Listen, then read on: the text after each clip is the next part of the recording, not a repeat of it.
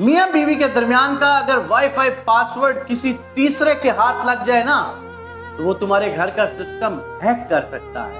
اس مثال کو سمجھانے کے لیے کہ میاں اور بیوی کے درمیان اگر کوئی تیسرا گھس گیا نا تو تمہارا گھر برباد ہو جائے گا۔ اگر تم میاں ہو، اگر تم بیوی ہو تو اپنے میاں بیوی بن کے رہو، اپنے معاملات کو اپنے کمروں تک محدود رکھو، اپنے معاملات کو خود بیٹھ کر حل کرو۔ دوست، یہاں پر تمہارے ماں باپ یا تمہاری بیوی کے ماں باپ، یہاں پر بیوی کے ماں باپ یا تمہارے بہن بھائی یا اس کے بہن بھائی، کسی کو بھی انوالو مت کرو یار۔